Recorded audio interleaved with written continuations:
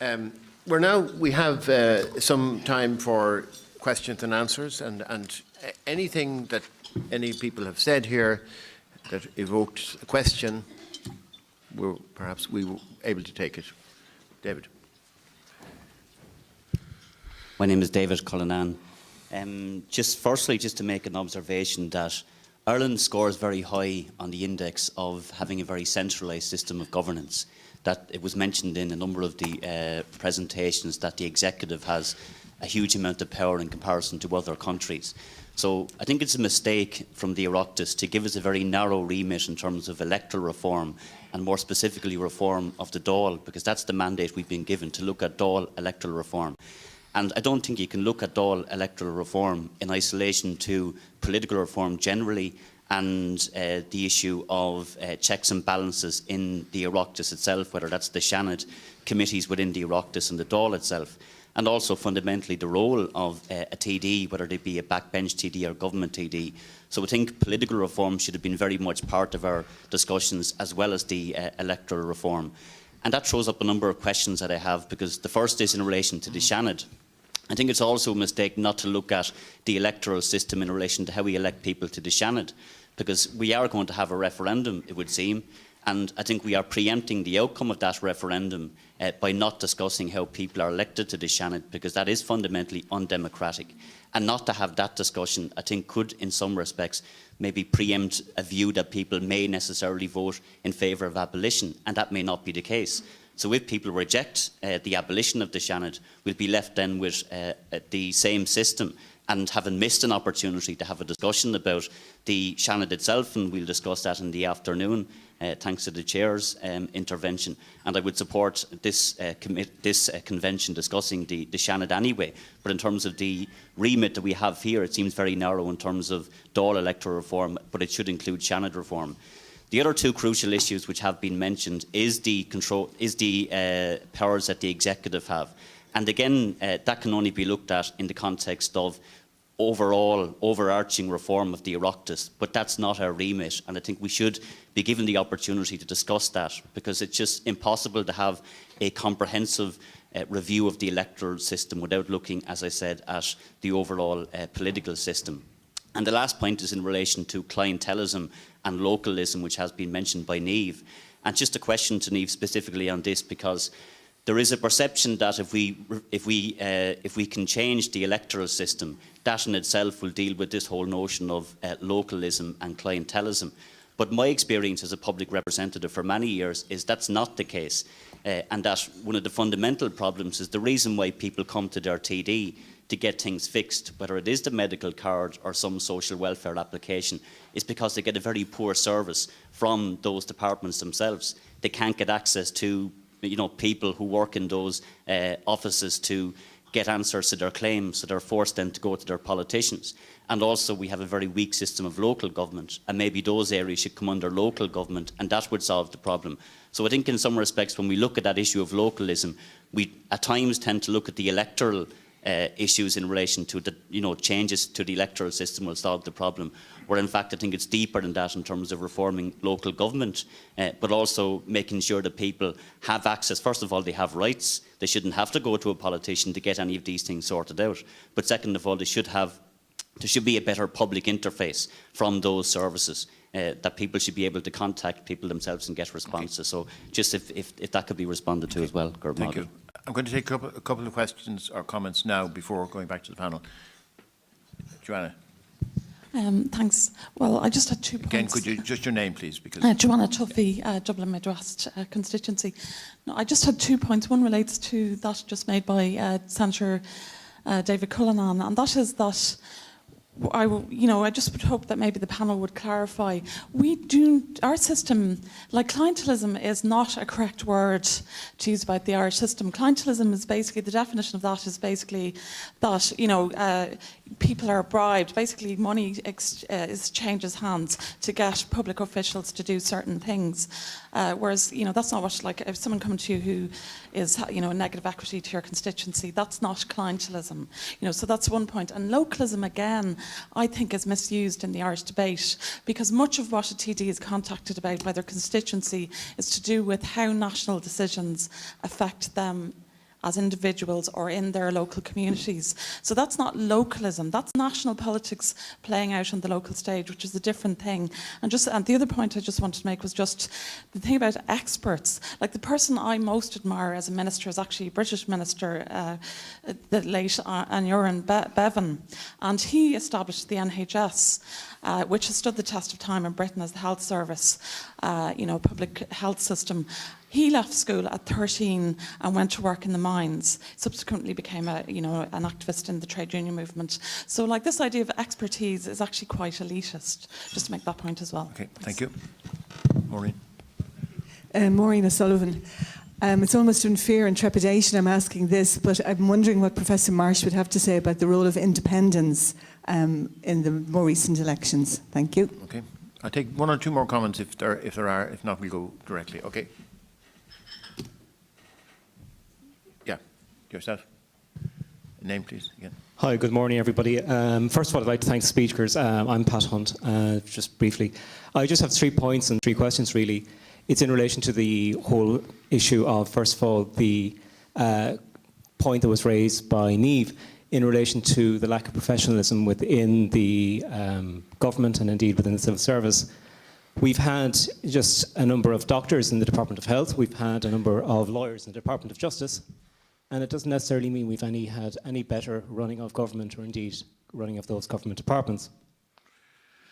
The next thing I would like to raise is the whole issue, and something that David has pointed out as well, is the lack of development of local government. If we had a stronger local government wing, then surely it would take away what can be described as the begging bowl attitude by us, the general public, to TDs, to actually facilitate services or indeed look at areas of local concern.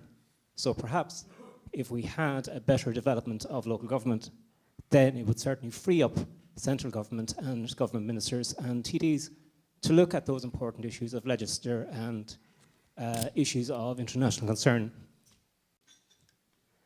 Finally, then, the last thing is just an observation. It relates as much to the political parties, as Murish pointed out at the initial talk, is that we can't discuss politics without looking at political parties. And is it a question that we get the politicians we deserve, or rather, is it a case we get the politicians that the government parties think we deserve? Thank you. Okay, thank you. Maybe we'll go. Okay, yourself, and then we'll go to the panel. John Connolly, Dublin. It's not so very long ago that a key word in our average conversation was gerrymandering. We saw the absolute disintegration of a make-believe state by reason of their exercise of gerrymandering. It is tremendously important to avoid this for the future, given that a recent Time magazine suggested that when they go to the polls, that there's only a reasonable chance of having a 45 personnel change in their electoral system.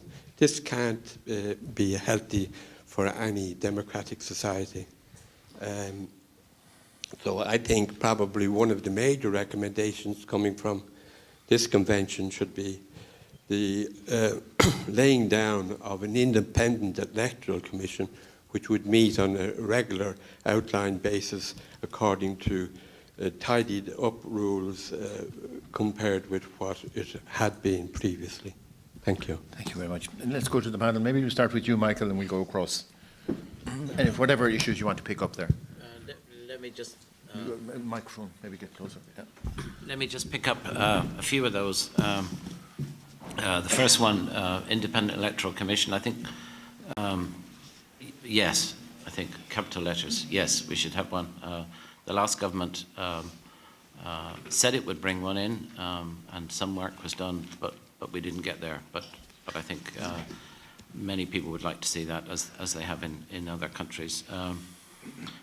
Independence, I remember being asked that on television by Brian Dobson. He said, "You've got 45 seconds. What do you think about independence?" And I said, "Too many of them."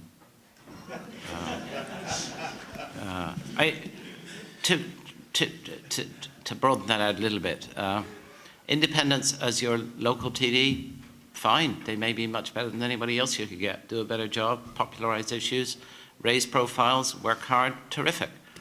But to have a government that's actually dependent on one or two TDs who rip off the rest of us in order to channel money to their own constituencies, I think that's disastrous. I think that's fundamentally undemocratic. And if I had an electoral system that meant we couldn't have any independence, I wouldn't see that as a loss from that particular perspective. Electoral system independently of anything else. When they used to have these long discussions north of the border, they used to say nothing is agreed until everything is agreed. But I think we have to do these things one thing at a time. Okay, thanks, Michael. Niamh? Yeah. Expertise is elitist. Well, I work in a university. I think that knowledge is always a good thing. It's better to be better informed than not. But I wouldn't want to suggest that we have an absolute choice between expertise and political skill.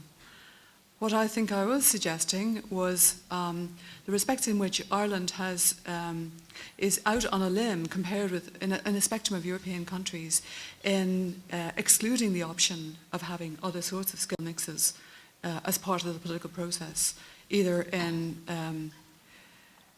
particularly in government. So there's no guarantee that somebody who has a specialist expertise in law or health or anything else is going to make a better government minister. And ministers can be extremely able in learning about their policy brief and then in executing it because they know how the system works. And system knowledge is incredibly important for political effectiveness. So I don't think it's an either-or sort of choice in any of this. I think this point about people's rights, people knowing their rights and the rights being clear, fair and accessible is incredibly important because I think that, as Michael pointed out to us, when people are asked, what do you use your TD for? Very often it's to get things done that should be done in some other way. I have a direct experience of this myself. It's about local traffic lights. Like many people here will have had this experience. You know, we live in a cul-de-sac with a blind corner, and for years, the Residents' Association was trying to get traffic lights at the end of the road so we wouldn't risk our lives coming out and turning right against this blind corner. And when I moved into the area, I started lobbying the TDs like everybody else. And I said, wait a minute, I'm a political scientist. I know this is stupid. So I found out where the decisions were made in the local authority. I started ringing up the corporation, the councillors. I found out where the decisions were made. And I take credit for getting those traffic lights myself. Simply because there was a question of actually telling people in one office that some point in the decision-making process had happened and the next thing could happen. There were gaps in the system. Linking things up is something that we ask our national politicians to do. Well, that's really a really inefficient use of their time. So rights, information, transparency, effectiveness, very, very important indeed. But I think that link between politicians and local constituents is very important. I think Ireland does have a very strong advantage in people's sense of connection with the political system. One phenomenon that we do see across Europe, and perhaps most strongly in Italy, where they have no choice over the individuals that are elected, they just vote for the party list, is this sense that they have no control over who's in Parliament, and it makes people feel very disaffected from the political system. I mean, we regard politics as a great spectator sport here, I think, still in this country, because people do feel involved and connected. They know their local politician, that's a good thing. But the final thing that I just want to return to is this point about accountability. I mean, I really do think that the mechanisms for ensuring accountability within the Oireachtas, and specifically within the Dáil, making the committee stronger, is very important. And this does raise other issues about other aspects of constitutional reform, because the people had a chance to vote on the Abbey Lara decision in 2011, and they voted not to strengthen Dáil committees, the investigative powers of Dáil committees. And I think that, in my view, this was, I was disappointed about this. But it may not be the last word on the issue, because I think that as people come to understand really what's at stake in balancing the powers, the checks and balances within our system, maybe the climate of debate might change on this one. Thanks, Niamh. Murish? Thank you very much. Niamh has covered a couple of points I was going to make there. I'd go back to David Cullinan's issue there about the power of the executive. In preparation for the briefing paper for today, I actually went back and looked at the 1922 Constitution, and it was really very striking that, you know, the Irish co-authors of that, along with the British co-authors, they really were determined they did not want to see happening what was emerging in Westminster at that time, and that was very much a party-controlled parliamentary system of single-party government, as in a single-party controlling parliament. And they went out of their way to include provisions that would allow, in effect, for the opposition to double-check what it was the executive was doing. Now, unfortunately, because of the Civil War, and very quickly, Ireland descended into in effect, a us versus them parliamentary situation, which is carried on. Those provisions disappeared, and they never reappeared in the current constitution, which we're interested in, the 1937 constitution. And so the relationship with the electoral system, it's difficult, but when you look at the rules governing the way Dáil Éireann does its business, any amendments that have happened since 1937 have pretty much given increased control to the executive and less opportunity to the opposition. Some exceptions in recent years, it must be admitted, but by and large. And so we have this, again, going back to the points made in the presentations, that the Irish Parliament is out almost on its own in many respects in comparison with other legislatures. I mean, we were all shocked when we heard about the German Parliament, knowing how well Ireland was doing in terms of the economic adjustment programme. The German Parliament was getting this evidence before the Irish Parliament was. But of course in Germany it's perfectly normal. The Parliament, it's built in, it has quite strong rights to see documents that government has, whereas we don't have that situation in Ireland. Again, you can argue about, well, so what? What's this got to do with the electoral system? But it's something in our culture. It goes back to the issue, perhaps, a little bit of clientelism. And, you know, I'd agree with Joanna Tuffy. I mean, I don't want to denigrate the people by any means who have been as ministers. I mean, I often think of Ray McSharry, you know, a wonderful cattle dealer, one of the best ministers of finance, you know, maybe we ever had. But there is something nowadays, the complexity, contemporary governing requires very high levels of skill, and it's a concern, you know, we're in a small country that we are, that, you know, we should be really getting very good people into office, and we are limited. Our constitution says you can only get the people into cabinet from this pool, and who's in this pool is the question. And are we getting the best people in there? I'll stop. I would say, I mean, a lot of countries do, just in terms of the executive, I don't want to, there's another side to this argument that a lot of people outside of Ireland would admire the Irish system of government because we can do things relatively quickly. Irish governments can do things quite fast compared to other parliamentary systems as well, so that must be recognised. But I would have a concern about the accountability issue. Thank you.